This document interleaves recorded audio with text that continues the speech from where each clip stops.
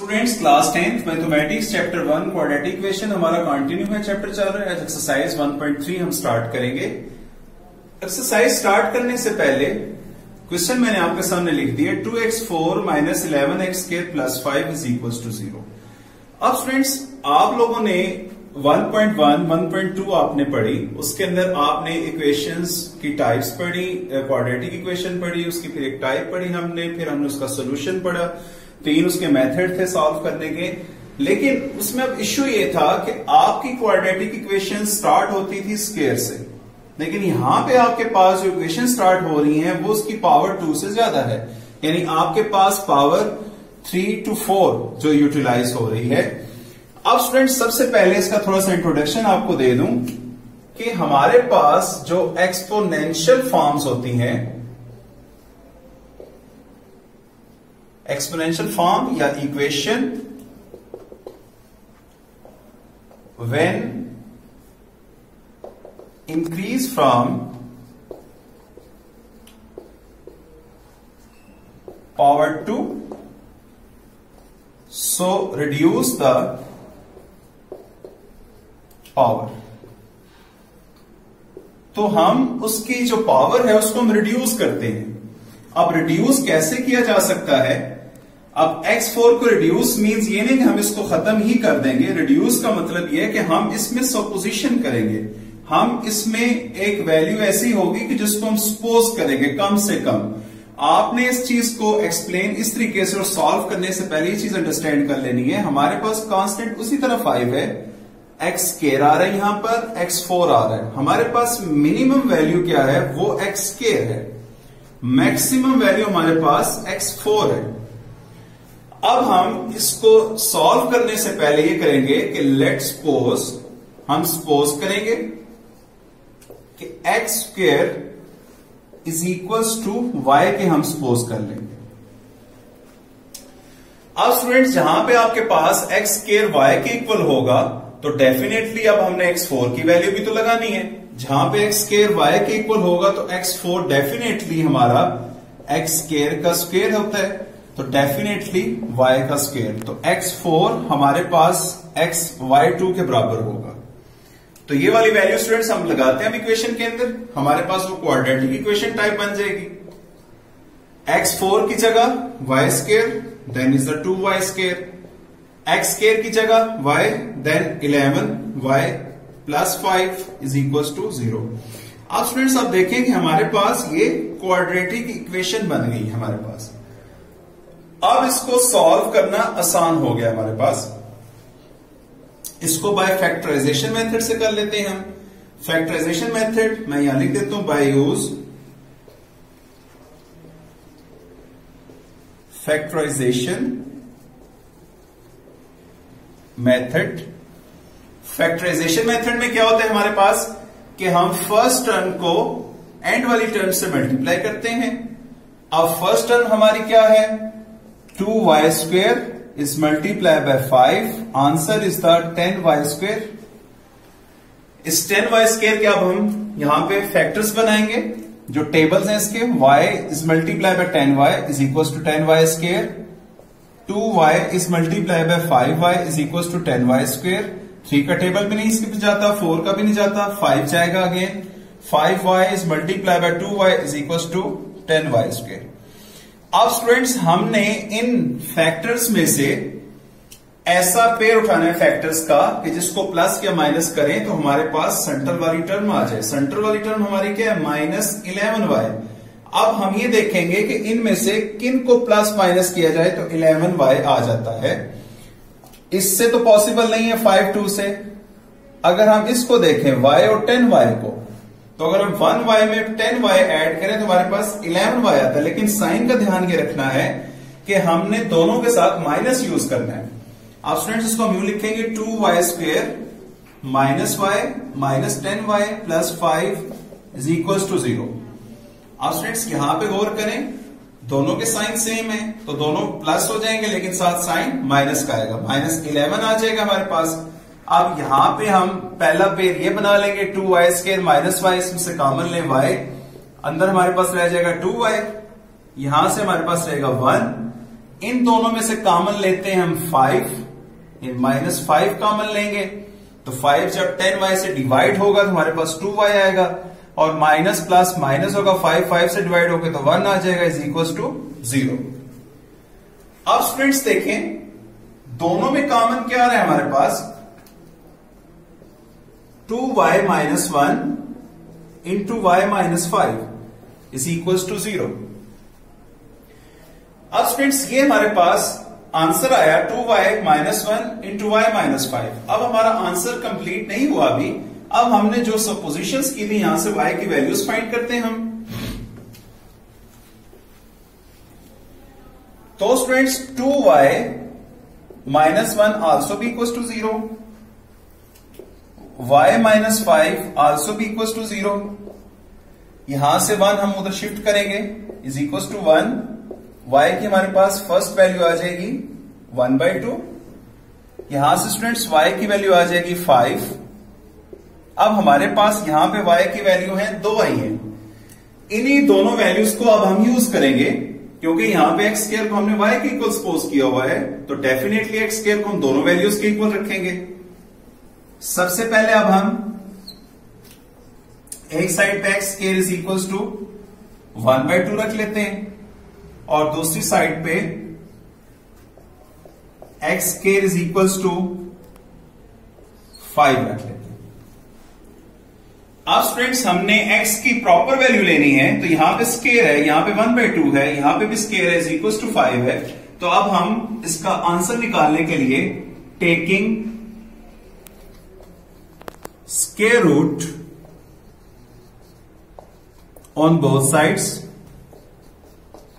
x square के ऊपर square root, 1/2 के ऊपर भी स्क्वायर रूट, यहां से square root cancel, x is equal to 1/√2, ये हमारे पास आंसर आएगा।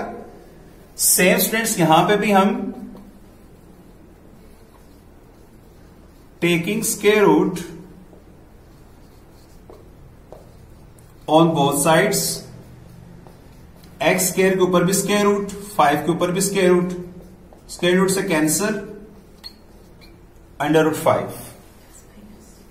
अब स्टूडेंट्स हमारे पास यहां पे देखें x इज इक्वल टू 1/√, क्योंकि 1 का स्क्वायर रूट 1 होता है, साथ उसके प्लस माइनस आएगा, और 2 का अंडर रूट हम नहीं लेते, सिंपल उसको √2 की फॉर्म में लिख देते हैं, क्योंकि आंसर हमारे पास डेसिमल फॉर्म में आएगा। सेम इसी तरीके से x इज इक्वल टू √5, इसको अगर हम सॉल्व करें तो हमारे पास आंसर डेसिमल्स में आएगा, इसलिए आप इसको ये ऐसे ही लिख दें। सॉल्यूशन सेट हमारे पास आ जाएगा ±1/√2 एंड √5। तो ये स्टूडेंट्स हमारा आंसर होगा फाइनल, कि हमने हमारे पास जब पावर्स बड़ी हो तो अब हम उस एक्सपोनेंशियल फॉर्म को जब रिड्यूस करते हैं उसमें सपोज करके क्वाड्रेटिक इक्वेशन बनाते हैं, और फिर हम उसका सॉल्व करते हैं। तो ये हमारे पास इसका मेथड था। स्टूडेंट्स अब हम जाते हैं क्वेश्चन नंबर 3 पर। अब क्योंकि ये हमारे पास जो इस एक्सरसाइज के क्वेश्चन नंबर 1 से लेके क्वेश्चन नंबर 5 तक ये सेम टाइप है हमारे पास, कि जिनकी पावर बड़ी है उसको हमने रिड्यूस करके एक्सपोनेंशियल फॉर्म को रिड्यूस करके क्वाड्रेटिक इक्वेशन बनानी है। अब स्टूडेंट्स यहां पे देखें, अब इसको पहले हम सीक्वेंस में लिख लेते हैं, 5x 1/2, इन दोनों टर्म्स को उठा के इधर ले, ये माइनस हो जाएगी 7x 1/4 और +2 हो जाएगा यहां पे आगे, क्योंकि उधर -2 था। अब स्टूडेंट्स यहां पे पावर्स देखते हैं कि यहां पे हमारे पास पावर यूज हो रही है 1/2 और फिर पावर यूज हो रही है 1/4। सबसे पहले स्टूडेंट्स ये कंसेप्ट ज़हन में रख लीजिएगा कि 1/2 एंड 1/4 कि इनमें सबसे बड़ी वैल्यू कौन सी है, कि 1/2 बड़ा है या 1/4 बड़ा है। बात स्टूडेंट्स या बात ये ज़हन में होता है कि जिसका नीचे बड़ी टर्म नजर आई तो ये बड़ा होगा, 1/2 छोटा होगा। लेकिन स्टूडेंट्स 1/2 का मतलब है 0.5 और 1/4 का मतलब है 0.25, ये 0.50 होता है। तो इससे में क्या शो हो गया कि जो 1/2 है इज द बिग फ्रॉम 1/4। तो हमारे पास ये जो पावर यूज हो रही है 1/2 एंड 1/4, और मैंने प्रीवियस जो 1 क्वेश्चन में कहा था कि सबसे पहले हमने छोटी वैल्यू को यहां से काउंट करना है और उसी को सपोज करेंगे। तो हमारे पास भी छोटी वैल्यू क्या हुई, हमारे पास जो स्मॉल वैल्यू है वो हमारे पास है x की पावर 1/4। अब हम सपोज करेंगे, let suppose x power 1/4 is equal to y। अब स्टूडेंट्स जहां पे हमने x की पावर 1/4 को y यूज कर लिया, अब हमने x की पावर 1/2 भी तो सपोज करना है, यानी उसकी भी तो वैल्यू निकालनी है। तो उसकी वैल्यू कैसे निकलेगी, अगर हम x की पावर 1/4 का स्क्वायर ले लें तो डेफिनेटली y के ऊपर भी स्क्वायर आएगा। और ये हमने चीज बताई है कि जब हमारे पास पावर के ऊपर पावर हो तो पावर्स मल्टीप्लाई हो जाती हैं। तो यहां से देखें 2 यहां से कैंसिल होगा, तो ये x की पावर 1/2 किसके बराबर आ जाएगा, y स्क्वायर के। तो स्टूडेंट्स अब हम वैल्यूज पुट करते हैं अपनी। x की पावर 1/2 किसके बराबर होगा, y स्क्वायर के। x की पावर 1/4 किसके बराबर होगा, y के, प्लस 2 इज इक्वल टू 0। अब स्टूडेंट्स हम वही फैक्टराइजेशन मेथड, क्योंकि देखें हमारे पास ये क्वाड्रेटिक इक्वेशन बन गई, अब हम इसको फैक्टराइजेशन मेथड से ही करेंगे। 5y स्क्वायर को 2 से मल्टीप्लाई करते हैं, ये हमारे पास रिजल्ट देगा 10y स्क्वायर। इसके अब हम फैक्टर्स बना लेते हैं, y into 10y is equal to 10y square, 2y into 5y is equal to 10y square. अब हम ऐसा पेयर उठाएंगे यहां से फैक्टर्स का कि जिसको प्लस या माइनस करें तो हमारे पास सेंटर वाली टर्म आ जाए। फर्स्ट वैल्यू तो स्टूडेंट्स पॉसिबल नहीं है। अगर आप सेकंड वैल्यू को देखें 2 और 5 को ऐड करें तो हमारे पास 7 आता है, लेकिन साइन का ध्यान जेहन में रखना है कि यहां पे -7 है। तो अब हम -2 के साथ भी यूज करेंगे और -5 के साथ भी। तो हमारे पास आएगा 5y square -5y -2y plus 2 is equal to 0। अब स्टूडेंट्स देखें दोनों को अगर हम ऐड करें तो हमारे पास -7 आता है। यहां पे ये पहला पेयर, ये दूसरा पेयर बनेगा। इन दोनों में से कॉमन लें 5y, यहां से y रहेगा और यहां से डिवाइड होगा तो 1। इन दोनों में से अगर हम -2 कॉमन लें तो अंदर हमारे पास y, और 2 जब 2 से डिवाइड होगा तो -1 इज इक्वल टू 0। अब स्टूडेंट्स दोनों में से कॉमन देखें तो हमारे पास y -1, यहां से रहेगा 5y -2 इज इक्वल टू 0। अब स्टूडेंट्स देखिए हमारे पास सोल्यूशन अकॉर्डिंग टू सपोजिशन के बाद आया। अब हम इसी सोल्यूशन को यूज करेंगे कि प्रॉपर्स की वैल्यूज निकालेंगे। y -1 आल्सो भी equal to 0 and 5y -2 also भी इक्वल टू 0। यहां स्टूडेंट्स -1 को उधर शिफ्ट करते हैं, y is equal to 1, 5y is equal to 2, तो y की वैल्यू आएगी 2/5। यहां से y की वैल्यू 1। अब स्टूडेंट्स हमने तो y का तो आंसर नहीं लेना प्रॉपर, हमने तो x की वैल्यू निकालनी है। अब हम आएंगे अपनी सपोजिशन की तरफ जो हमने सपोज किया हुआ था। x की power 1/4 is equal to y। अब स्टूडेंट्स दोनों वैल्यूज को इक्वल लगाते हैं इसके, 1 एंड x 1/4 आल्सो भी इक्वल टू 2/5। अब फ्रेंड्स यहां पे x की पावर 1/4 है, यहां पे भी x की पावर 1/4 है। हमने x की प्रॉपर वैल्यू लेनी है कि पावर्स की 1/4 को खत्म करना है। तो उसकी पावर खत्म करने के लिए हम अप्लाई कर देते हैं उतनी power, apply power 4 on both sides. x की पावर 1/4 के ऊपर 4 आएगा, आल्सो 1 के ऊपर भी 4 आ जाएगा। सेम इधर भी इसी तरह अप्लाई